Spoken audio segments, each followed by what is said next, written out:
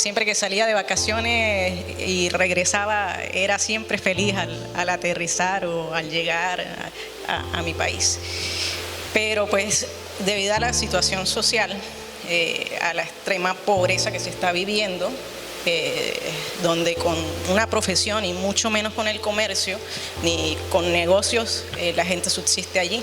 De verdad que la gente que está allá hace magia y pues Dios, yo digo que Dios nos ha permitido como nación pasar por esta situación porque pues mi país cayó en una idolatría muy grande hacia los hombres, hacia un presidente, y pues Dios a veces permite que pasemos hasta lo más hondo para poder clamar a Él. Y pues me vine buscando una oportunidad porque ya en mi país pues no las hay. Y pues me vine arañando con dinero prestado para el pasaje, pero sabía que tenía que salir y pues terminé parando aquí porque hay una familia que está muy hermanada con mi familia de la iglesia, y la familia Pérez Reina que está aquí. Siempre yo he tenido, son mi segunda familia, al hijo de la hermana Aida, Mauricio Alexander, el papá de Raúl. Yo siempre le decía papá. Para mí siempre fue un ejemplo, fue un apoyo, fue una guía. Y pues ellos son mi segunda familia. O sea, no somos sangre, pero es como si lo fuéramos. Y pues ellos estaban aquí y pensé España, las Islas Canarias, Fuerteventura. Por eso estoy aquí. O sea, nosotros conocemos ahora, te conocemos a ti ahora, pero ¿quién era Diana Carolina aquel día que bajaba las escaleras hacia una fiesta? Bueno, yo crecí en la iglesia.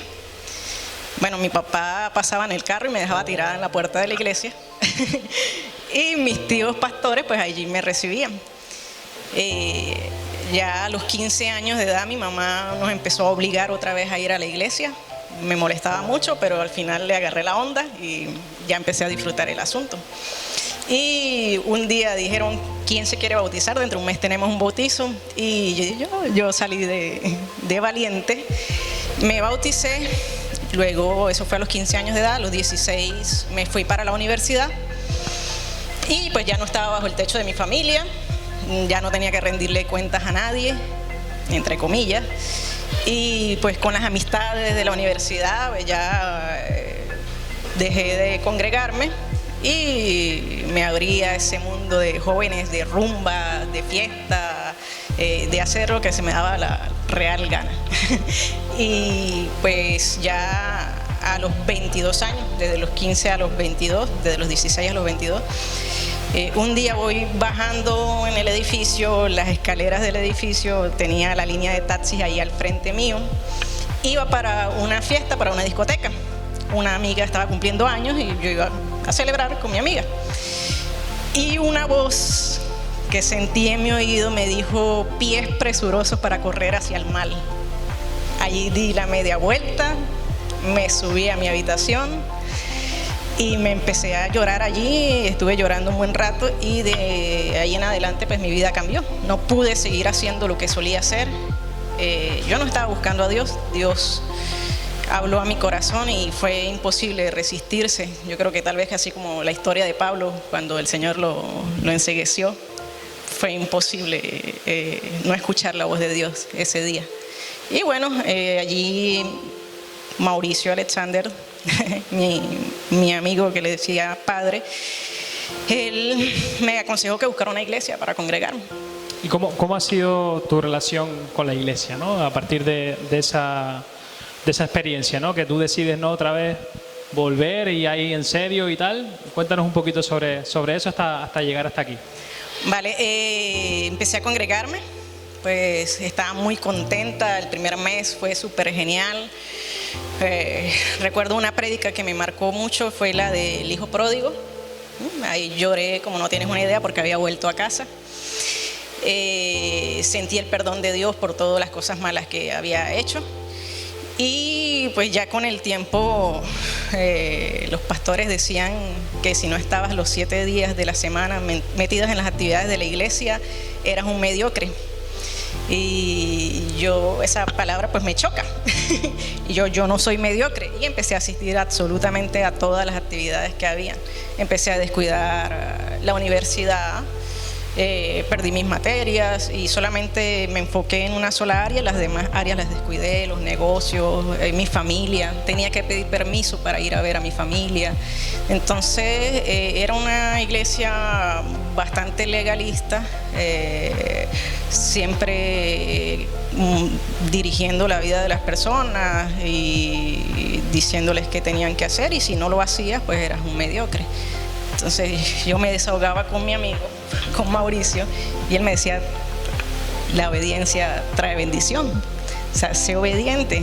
Y yo, yo le contaba, y él me decía: yo sé que tus pastores son así, pero ten paciencia, que las cosas van a cambiar. Hasta que un día un pastor que conocí dentro de unos negocios que estaba haciendo me dice: Diana, esa es la única iglesia que hay en Mérida. Yo le digo: pues no. ¿Y tú crees que Dios está entre cuatro paredes solamente? Y yo: no. Entonces, ¿puedes buscarte otra iglesia? Y yo: pues sí. Y entonces hablé con el pastor, le dije que me iba a ir de la iglesia, y él me dice que me va a ir muy mal en la vida, que ellos son los que tienen la conexión con Dios y se la transmiten a sus ovejas, y que me iba a ir mal en la vida por irme de la iglesia. Y pues yo le dije: pues no acepto esas palabras, no me van a ir mal en la vida porque no las acepto en el nombre de Jesús. Y dentro del negocio luego conocí un chico. Para que sepas que aunque Dios te llame, Él empieza a ordenar tu vida y santificarla, pero como que lleva un tiempo. Y con este chico me pidió matrimonio, me fui a vivir con él. Era entre comillas cristiano, pero vivimos en fornicación durante 3 años. Y este nuevo pastor, que fue el que me aconsejó que me fuera de la iglesia, pasó a ser mi pastor, y pasé del legalismo al libertinaje, porque el pastor pues nunca nos confrontó por vivir en fornicación, y entre muchas otras cosas locas que hacía ese pastor que no daría tiempo de contarlas. Pero Dios usó en la iglesia y en los lugares que estuvo todas las situaciones para bien. Luego me separé de esta persona, bajé, pesaba 40 kilos, bajé mucho, estaba prácticamente en el hueso, y me fui a casa de una tía a llorar allí. No dormía, pero lo único que me daba paz era el Señor. Yo llamé a una amiga que está en Gran Canaria y le pedí disculpas por haberle mentido, de decirle que esa persona era mi esposo, porque estuvimos allá y estuvimos en casa de esta chica y nos presentamos como esposos a donde estuviéramos. Y le pedí perdón por haberle mentido, y ella me dijo: tranquila, no pasa nada.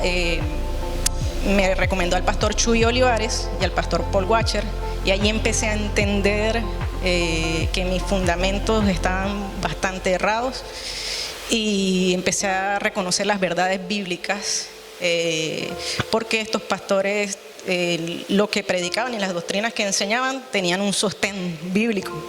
Y me cayeron mal al principio, y yo: ¿qué les pasa? Pero después dije: no, tienen razón, porque tienen un sostén bíblico, y ya después no les podía decir qué les pasa, ya decía: tienen razón. Y mi vida empezó a cambiar, en medio del dolor, la desesperación. No podía dormirme sin estudiarme un libro completo de la Biblia cada noche. Y nada, pues le doy gracias a Dios por ese tiempo de sufrimiento, porque yo lo digo ahorita, pasaría 1000 veces más por esa misma situación con tal de conocer un poquito más al Señor. Y como dijo Job: de oídas te había oído, pero ahora mis ojos te ven. Y el ver al Señor en mi vida, conocerlo, que Él me enrumbara, que Él me cambiara y que sigue cambiándome, le doy gracias al Señor, porque el padre que quiere a su hijo lo corrige. Está grabando en mi corazón a punta de fuego su ley, y le agradezco a Dios por eso. Qué bueno. ¿Y qué le dirías a los que están pasando o han pasado por lo mismo que tú, ¿no? Esas situaciones así, que están viviendo como son cristianos, pero que están muy zarandeados? Entran, salen, pero no terminan de buscar su lugar, ¿no? ¿Qué le dirías, no? Un poco también pensando en tu experiencia. Bueno, definitivamente las iglesias legalistas destruyen a la gente. Vi de primera mano cómo buenas personas, buenos chicos fueron destruidos y se fueron al mundo. Niños que amaban al Señor, gente que amaba al Señor. Del lado contrario, en el libertinaje, vi también cómo las vidas eran destruidas porque se conducían hacia el mal camino. Dios hace el llamado, Dios nos escogió y Él se va a encargar de sus hijos. Él se va a encargar de llevarlos a Puerto Seguro, a hacerlos crecer en Él. Y lo que le diría es que no pongan la mirada en los hombres, no pongan la mirada en los pastores, no pongan la mirada en la iglesia, siempre traten de sacar lo mejor a donde vayan. Dios utiliza a todo el mundo para enseñarnos, y no se separen de Dios, sigan buscando de Él, que Él los llevará al lugar correcto. Lugar donde hayan bases bíblicas, donde se enseñe de forma correcta la palabra y que haya un sostén bíblico, que no se muevan las emociones.